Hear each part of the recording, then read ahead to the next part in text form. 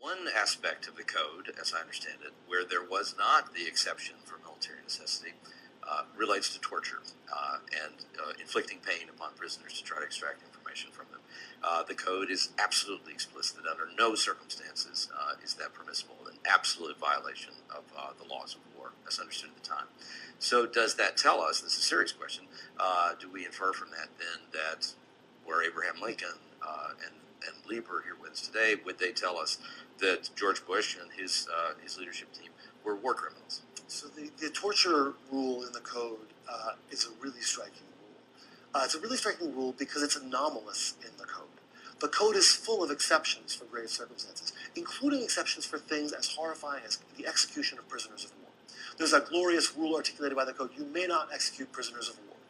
Then the next paragraph says, unless military necessity in a grave crisis so requires. And that's characteristic of the code. The torture rule doesn't have such an exception.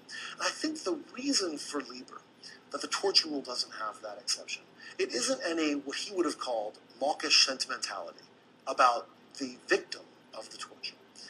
There's a fierce righteousness that Lieber brings to the conflict of wars that are justified. Lieber is worried about the torturer. He's worried about what torture does to a society that engages in it. He's worried about armies in the aftermath of wars. Those soldiers have to become democratic citizens. Leaders who engaged in terrible decision-making in war have to become peacetime leaders of a republic. And that's the grounding for Lieber for his hard and fast rule against torture, is a sense that torture does things to citizens that can't be undone.